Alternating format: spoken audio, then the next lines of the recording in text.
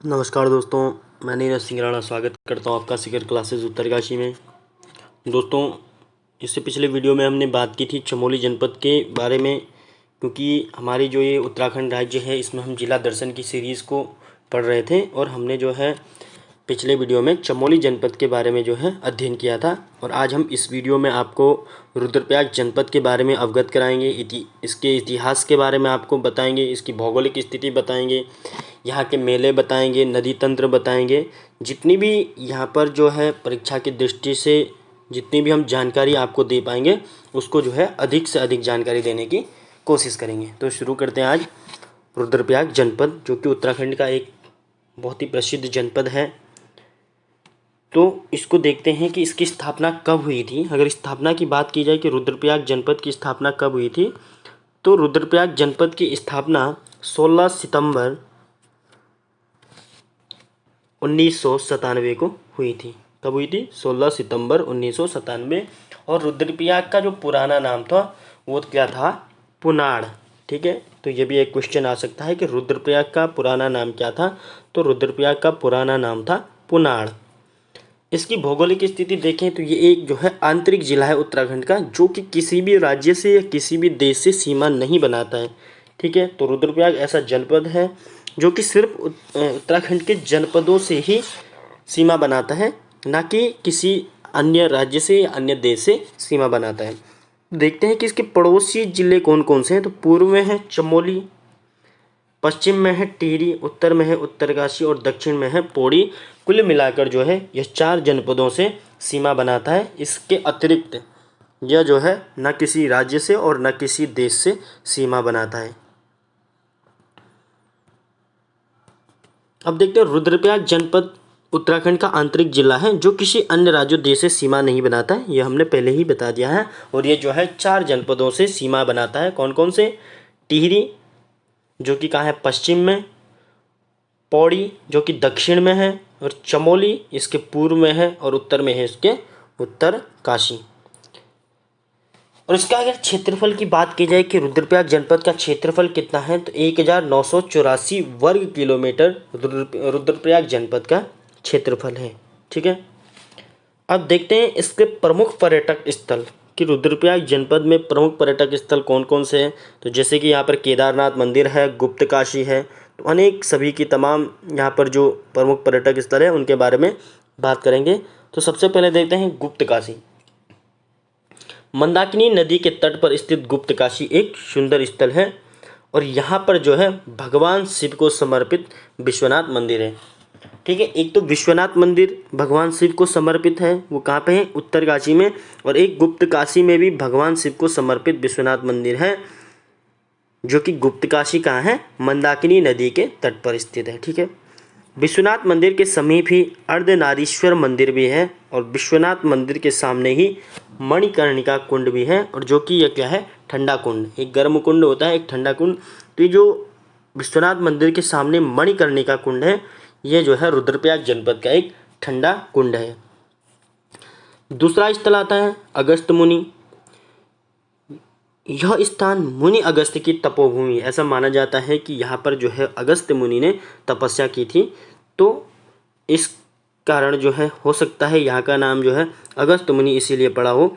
यहाँ पर मुनि अगस्त ने इष्ट देव अगस्तेश्वर महादेव मंदिर भी हैं।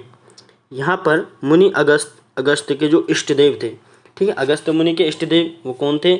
अगस्तेश्वर महादेव। और इनका यहाँ पर जो है मंदिर भी है अगस्त मुनि में।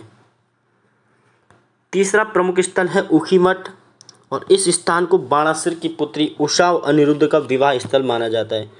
जो रुद्रप्रयाग का ऊखीमठ स्थान है, ये माना जाता है कि बाणासुर की पुत्री उषा और अनिरुद्ध का विवाह स्थल इसे माना जाता है।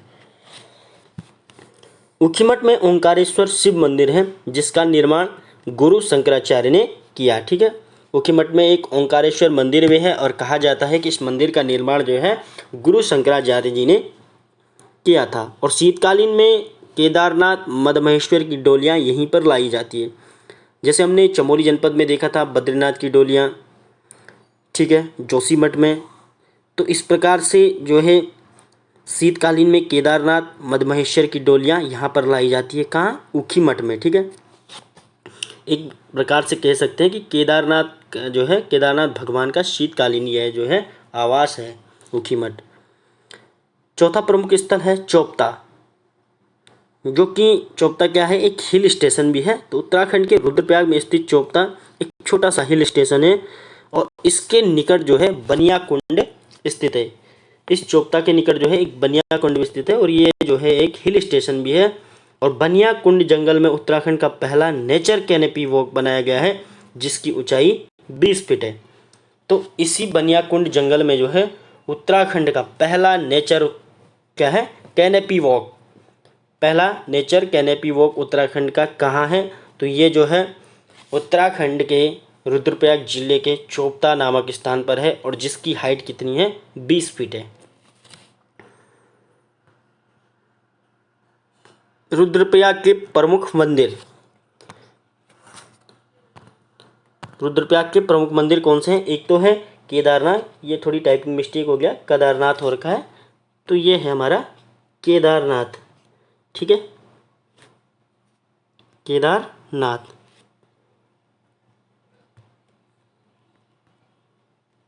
केदारनाथ, ठीक है, इसको आप सही कर लेंगे, ये केदारनाथ हो रखा है, टाइपिंग मिस्टेक है।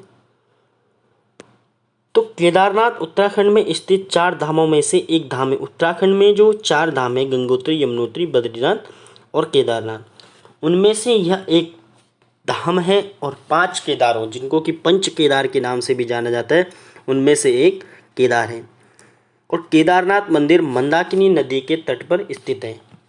ठीक है, केदारनाथ मंदिर में शिव रूपी बेल की पीठ आकृति पिंड की पूजा की जाती है। कहा जाता है कि यहाँ पर जो है भगवान शिव के बेल रूपी जो है कुबड़ की पूजा की जाती है। ठीक है, और शीतकाल के दौरान केदारनाथ मंदिर के कपाट बंद होने के बाद केदारनाथ का शीतकालीन पूजा स्थल कहाँ है? ऊखीमठ का ओंकारेश्वर मंदिर, जिसकी हमने इससे पहले भी चर्चा की थी। और ये जो मंदिर है केदारनाथ मंदिर, ये कत्यूरी शैली में निर्मित है। जैसे मंदिर रहते हैं, कोई हूण शैली में निर्मित है तो कोई अन्य शैली में निर्मित है। तो ये जो मंदिर है केदारनाथ मंदिर, तो ये किस शैली में निर्मित है? ये तो कत्यूरी शैली में निर्मित है हमारा केदारनाथ मंदिर। दूसरा मंदिर आता है मदमहेश्वर, जो कि पंच केदारों में से दूसरा केदार है। ठीक है, उत्तराखंड के पंच केदारों में से यह दूसरा केदार है। यहाँ पर भगवान शिव की नाभि की पूजा की जाती है। जिस प्रकार से केदारनाथ में भगवान शिव के बेल रूपी पीठ पिंड की पूजा की जाती है, उसी प्रकार मदमहेश्वर, जो कि रुद्रप्रयाग जिले में ही पड़ता है और पंच केदारों में से दूसरा केदार है, और यहाँ पर जो है भगवान शिव की नाभि की पूजा होती है। मदमहेश्वर के ऊपर कुछ दूरी 3-4 किलोमीटर पर बूढ़ा मदमहेश्वर मंदिर भी है। और मदमहेश्वर मंदिर का शीतकालीन पूजा स्थल भी कहाँ है? ऊखीमठ है। बाबा केदारनाथ का भी ऊखीमठ है यहाँ, और मदमहेश्वर का भी ऊखीमठ में है।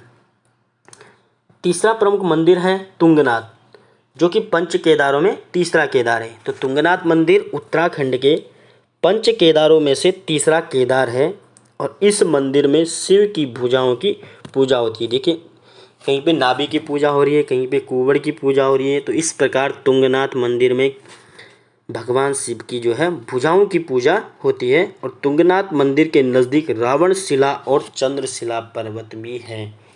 तो रावणशिला और चंद्रशिला पर्वत उत्तराखंड के किस जनपद में स्थित हैं? तो सीधा क्वेश्चन बन सकता है और इसका सही आंसर हो जाएगा हमारा रुद्रप्रयाग जनपद। जैसे हमने देखा था कि मदमहेश्वर और केदारनाथ का जो शीतकालीन आवास था, पूजा स्थल था, वो कहाँ था? ऊखीमठ। तो इसी प्रकार ऊखीमठ के ओंकारेश्वर मंदिर में था। तो इसी प्रकार जो है तुंगनाथ का भी शीतकालीन पूजा स्थल कहाँ है? मक्कूमठ। ठीक है, और तुंगनाथ मंदिर उत्तराखंड का सबसे ऊंचाई पर स्थित मंदिर है। ठीक है, पूरे उत्तराखंड का तुंगनाथ मंदिर उत्तराखंड के जो है सबसे ऊंचाई पर स्थित यह मंदिर है। और यह मंदिर भी केदारनाथ की ही तरह कत्यूरी शैली से बना हुआ है। ठीक है, तो तुंगनाथ भी कत्यूरी शैली से है और केदारनाथ भी कत्यूरी शैली से। चौथा आता है हमारा कोटेश्वर महादेव मंदिर, जो कि रुद्रप्रयाग से 3 किलोमीटर दूर अलकनंदा नदी के तट पर कोटेश्वर महादेव मंदिर स्थित है। ठीक है, तो जो रुद्रप्रयाग है वहाँ से 3 किलोमीटर दूर और अलकनंदा नदी के तट पर है।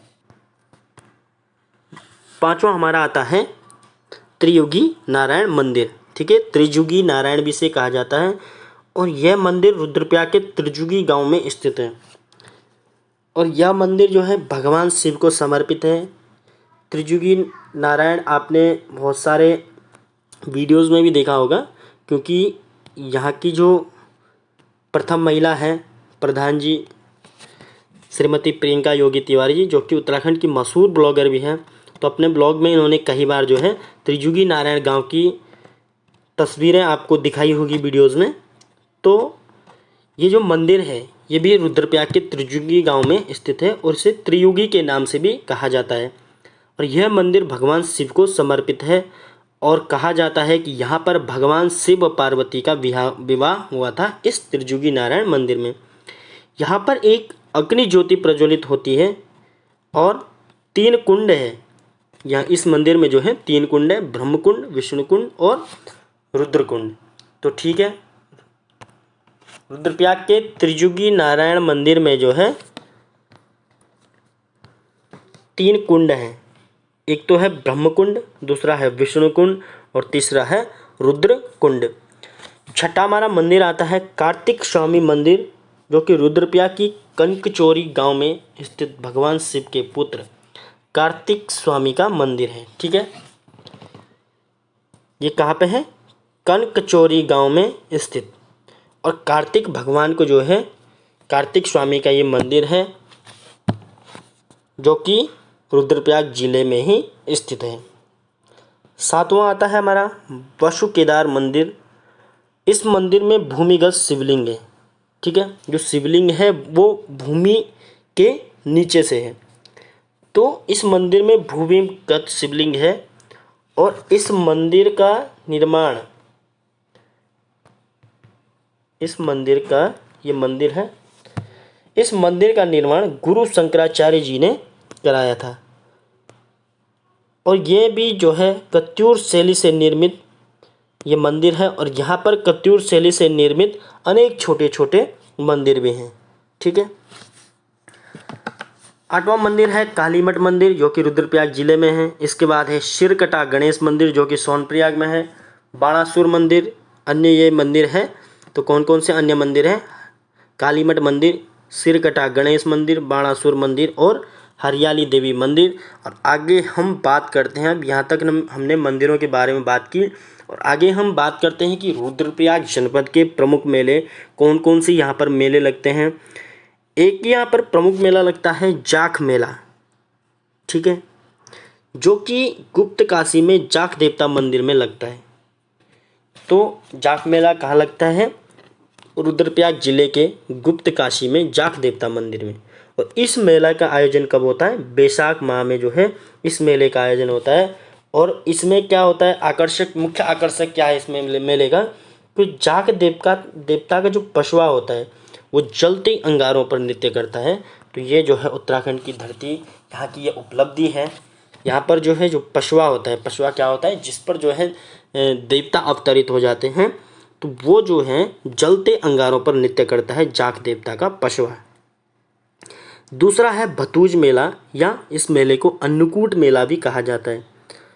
ये मेला केदारनाथ में रक्षाबंधन के 1 दिन पूर्व लगता है। ठीक है, रक्षाबंधन के 1 दिन पूर्व यह मेला लगता है और इस दिन भगवान शिव के स्वयंभूलिंग की पूजा होती है। ठीक है, इस मेले में मुख्य आकर्षक यही है कि इस दिन जो है भगवान शिव के स्वयंभूलिंग की पूजा होती है। तीसरा है मठियाण मेला। यह मेला रुद्रप्रयाग के जखोली विकासखंड के भरदार में मठियाणा माँ के मंदिर में लगता है। तो मठियाणा माँ भी मंदिर हमारा कहाँ है? ये रुद्रप्रयाग में ही स्थित है और जहाँ पर जो है मठियाण मेला का आयोजन भी किया जाता है। चौथा है हरियाली देवी मेला और पांचवा है वासुदेव मेला। अब देखते हैं यहाँ पर प्रमुख यात्रा कौन सी है। जैसे हमने वहाँ पे देखा था पिछले जनपद में जब हम चमोली जनपद की बात करे थे तो नंदा राजा, तो ऐसी कुछ प्रमुख यात्राएं यहाँ भी हैं। तो एक तो प्रमुख यात्रा है यहाँ पे मनना माई की जात। जात का मतलब यात्रा होता है, ठीक है। तो यह यात्रा ऊखीमठ विकासखंड के मदमहेश्वर घाटी में आयोजित होती है। और मनना माई की डोली रांसी गांव, जो कि इसी रुद्रप्रयाग जनपद में पड़ती है, तो मनना माई की डोली जो है रांसी गांव से मननी बुग्याल तक जाती है। जो मनना माई की डोली है वो रांसी गांव से, ठीक है, वहाँ से जाती है और मननी बुग्याल तक, और फिर वापस जो है रांसी गांव में रकेश्वरी मंदिर में लाई जाती है, ठीक है। तो ये जो यहाँ पर हमने देखा मनना माई की जात, ये प्रमुख यात्रा थी। अब हम बात करते हैं नदी तंत्र की कि रुद्रप्रयाग जिले में कौन कौन सी नदियाँ हैं, जैसे मधुगंगा है, मंदाकिनी है, तो इन सभी के बारे में अब बात करते हैं। सबसे पहली और प्रमुख नदी है मंदाकिनी नदी, जो कि मंदराचल श्रेणी, केदारनाथ या चोराबाड़ी ताल, चोराबाड़ी ग्लेशियर से इसका उद्गम होता है और रुद्रप्रयाग में जो है अलकनंदा से संगम करती है, क्या, मंदाकिनी। तो मंदाकिनी और अलकनंदा का संगम कहाँ पे होता है, रुद्रप्रयाग में। मंदाकिनी की जो प्रमुख सहायक नदी है वो है सोनगंगा, जिसको वासुकी नदी भी कहा जाता है, और जिसका उद्गम, सोनगंगा का उद्गम कहाँ है, वासुकी ताल से, और सोनप्रयाग में जो है मंदाकिनी से संगम कर देती है, कौन, सोनगंगा, ठीक है। सोनप्रयाग में किस किस का संगम होता है, तो मंदाकिनी और सोनगंगा का। सोनगंगा का उद्गम स्थल कहाँ है, वासुकी ताल। और अब आगे जो दूसरी नदी आती है वो है दूसरी मधुगंगा, जिसका कि उद्गम कहाँ है, मदमहेश्वर के निकट, जो मदमहेश्वर जो मंदिर है उसी के आसपास से मधुगंगा का उद्गम होता है, और कालीमठ के निकट जो है मधुगंगा मंदाकिनी से मिलती है। एक है तीसरी चूजागाड़, जो कि चंद्रपुरी में मंदाकिनी से संगम करती है, और चौथी है लस्तर नदी, जो कि पवाली कांटा से इसका उद्गम होता है, और सूर्यप्रयाग में मंदाकिनी नदी से इसका संगम हो जाता है। अब कुछ ताल की बात करते हैं, यहाँ पर कौन कौन से ताल हैं, कौन सी झीलें हैं। तो एक तो प्रमुख है चोराबाड़ी ताल, जिसको कि क्या कहा जाता है, गांधी सरोवर के नाम से भी चोराबाड़ी ताल को जाना जाता है, और इसे सरवदी ताल भी कहा जाता है, ठीक है। एक तो जो रुद्रप्रयाग का जो चोराबाड़ी ताल है, एक तो इसे गांधी सरोवर भी कहा जाता है, और गांधी सरोवर इसे क्यों कहा जाता है कि इस ताल में जो है गांधी जी की जो अस्थियां थी उसके अस्थि विसर्जन इसी ताल में की गई थी, तो इस कारण इसे गांधी सरोवर भी कहा जाता है। इसके अलावा इसे जो है सरवदी ताल भी कहा जाता है। दूसरा प्रमुख बिंदु यही है कि इस ताल में गांधी जी की अस्थियां विसर्जित की गई थी, और ये केदारनाथ के मंदिर के ऊपर कुछ दूरी पर स्थित है। ये केदारनाथ के मंदिर के ऊपर ही कुछ ही दूरी पर स्थित है हमारा चोराबाड़ी ताल। इस ताल से ही जो है क्या होता है, मंदाकिनी नदी का उद्गम होता है, किससे, चोराबाड़ी ताल से। अब एक प्रमुख नोट भी है, जो कि केदारनाथ रुद्रप्रयाग जिले में स्थित है, और यहाँ पर जो है 16-17 जून 2013 को भारी एक आपदा आई थी, भीषण आपदा आई थी, तो उसके बारे में भी एक नोट है। तो जो है वहाँ पर बचाव एवं राहत कार्य द्वारा जो है ऑपरेशन सूर्य होप भी जो है आर्मी के जवानों द्वारा चलाया गया। तो इसको भी एक नोट के रूप में लिखेंगे कि राज्य की सबसे बड़ी आपदा केदारनाथ आपदा 16-17 जून 2013 को अतिवृष्टि व बादल फटने के कारण केदारनाथ के ऊपर, जो हम चोराबाड़ी ताल की बात कर रहे थे, तो उसी से संबंधित है कि चोराबाड़ी ग्लेशियर टूटने के कारण चोराबाड़ी ताल टूट गया, ठीक है। वो मंदाकिनी नदी घाटी में भारी तबाही हुई, और इस हेतु सेना द्वारा बचाव कार्य ऑपरेशन सूर्य होप चलाया गया, ठीक है।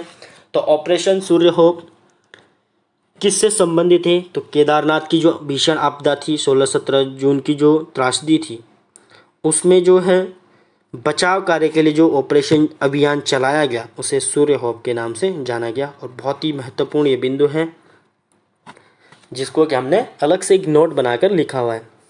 दूसरा हमारा ताल है देवरिया ताल, जो कि कहाँ है, ऊखीमठ के पास स्थित है। तीसरा ताल है भेंकताल, और भेंकताल रुद्रप्रयाग में स्थित जो है एक अंडाकार ताल है। ठीक है, अंडाकार ये ताल है इस प्रकार का। ठीक है, अंडे के आकार का ये ताल है और अंडाकार ताल के नाम से इसे जाना जाता है। तो क्वेश्चन भी यही बन सकता है कि 4-5 ऑप्शन दिए होंगे कि निम्न में से किस ताल को अंडाकार ताल कहा जाता है, या इनमें से कौन सा ताल अंडाकार ताल है। तो भेंकताल जो कि रुद्रप्रयाग जनपद में है, ये जो है अंडाकार ताल है। चौथा है वासुकी ताल, और यह ताल संयुक्त रूप से जो है टिहरी और रुद्रप्रयाग, कुछ हिस्सा इसका टिहरी में और कुछ रुद्रप्रयाग में, दोनों में संयुक्त रूप से स्थित है। और इस ताल से सोनगंगा का उद्गम होता है। ठीक है, और सोनगंगा जो कि सोनप्रयाग में मंदाकिनी से संगम करती है। पांचवा है बधानी ताल, जो कि जखोली की बांगर पट्टी में स्थित है। ठीक है, जखोली एक गांव है रुद्रप्रयाग जिले के अंतर्गत ही, और यहाँ पर एक पट्टी है बांगर पट्टी, यहाँ पर स्थित है ये बधानी ताल। अब देखते हैं यहाँ पर प्रमुख कुंड है। जैसे हमने देखा था ऊपर मणिकर्णिका कुंड, ठंडे कुंड की बात की थी, तो उसमें मणिकर्णिका कुंड भी ऊपर एक आया था। तो कुंड है, एक ठंडे कुंड है, एक गर्म कुंड है। तो पहले हम देखेंगे ठंडे कुंड कौन कौन से हैं। एक तो है अमृत कुंड, हंस कुंड जो कि केदारनाथ के निकट है, उदक कुंड ये भी केदारनाथ के निकट है, रेतस कुंड ये भी केदारनाथ के निकट है। इसके अतिरिक्त नंदी कुंड, ब्रह्मा कुंड, विष्णु कुंड, रुद्र कुंड, शिव कुंड, रुधिर कुंड, मणिकर्णिका कुंड जो कि गुप्त काशी में स्थित है, और एक अन्य कुंड है ठंडा कुंड यहाँ रुद्रप्रयाग में सरस्वती कुंड। ठीक है, तो ये हमने 12 ठंडे कुंड यहाँ पर देखे हैं। इसके बाद हम देखेंगे कि रुद्रप्रयाग जनपद में गर्म कुंड कौन कौन से। एक तो है गौरी कुंड और दूसरा है भोरी अमोला कुंड। ठीक है, इनका पानी बिल्कुल इतना गर्म है कि ये जो है उबलता रहता है, गौरी कुंड का जल। ठीक है, अब यहाँ पर देखते हैं कि कौन कौन से बुग्याल हैं। तो कुछ प्रमुख बुग्याल हैं बर्मी बुग्याल, चौपता, मदमहेश्वर, कसनी खर्क और मननी बुग्याल, जो कि यहाँ पर प्रसिद्ध बुग्याल हैं। ठीक है, अब देखते हैं यहाँ पर प्रशासनिक ढांचा, यहाँ पर कितनी विधानसभा सीटें हैं, कितनी तहसीलें हैं, कितने यहाँ पर विकास खंड हैं। तो इसके बारे में भी थोड़ी चर्चा करते हैं। प्रशासनिक ढांचा, तो यहाँ पर देखेंगे कि विधानसभा क्षेत्र अगर देखा जाए तो यहाँ पर 2 विधानसभा क्षेत्र हैं। एक तो है केदारनाथ विधानसभा क्षेत्र और दूसरा है रुद्रप्रयाग विधानसभा क्षेत्र। और तहसील की अगर बात करें तो यहाँ पर 4 तहसीलें हैं, रुद्रप्रयाग, ऊखीमठ, वासुकीदार और जखोली। यहाँ पर जो है रुद्रप्रयाग जिले के ये 4 तहसीलें हैं। और विकास खंड या ब्लॉक यहाँ पर कितने हैं, तो 3। एक तो हो गया ऊखीमठ, दूसरा हो गया आपका जखोली और तीसरा हो गया अगस्त्य मुनि। जनसंख्या की अगर बात की जाए तो यहाँ पर जो है जनसंख्या कितनी है, 2,42,285। और जनघनत्व कितना है, 122। और लिंगानुपात है 114। और साक्षरता कितनी है यहाँ पे, 81.3%, 81.3% यहाँ की साक्षरता है। और पुरुष साक्षरता की अगर बात की जाए तो 93.90%, पुरुष साक्षरता 93.90% यहाँ पर जो है पुरुष साक्षरता है। और महिला साक्षरता यहाँ पर है 70.35%, 70.35% जो है यहाँ पर महिला साक्षरता दर है। ठीक है, तो ये हमने रुद्रप्रयाग जो कि बहुत ही छोटा जनपद है इसके बारे में चर्चाएं की। एग्ज़ाम की दृष्टि से जो भी महत्वपूर्ण तथ्य थे उनको इसमें संदर्भित करने का प्रयास किया। तो दोस्तों कृपया आप वीडियो को लाइक करें, सब्सक्राइब करें चैनल को। और अगर आपको यह PDF फ्री में चाहिए तो आप कमेंट बॉक्स में अपना व्हाट्सएप नंबर दीजिएगा। आपको जो है ये PDF फ्री में निःशुल्क प्रोवाइड कर दी जाएगी, जिसका कि आपको कोई भी शुल्क नहीं देना होगा। तो इसलिए ये चीज़ लास्ट में बोली गई है, ताकि अगर उनको ही मिलेगी जो शुरू से वीडियो लास्ट तक देखेगा तो उसको ये भी जानकारी पता चल जाएगी कि यहाँ पर जो है PDF फ्री में मिल रही है। और इसी की नहीं, कोई पुरानी भी PDF हो, जो भी हमने यहाँ पर वीडियोस डाली हुई हैं PDF के माध्यम से, तो आपको जो है कमेंट बॉक्स में अपना व्हाट्सएप नंबर डालकर ये PDF आपको फ्री में उपलब्ध कराई जाएंगी। तो दोस्तों बहुत बहुत धन्यवाद। आज के लिए इतना ही काफ़ी है। मिलते हैं अगली वीडियो में।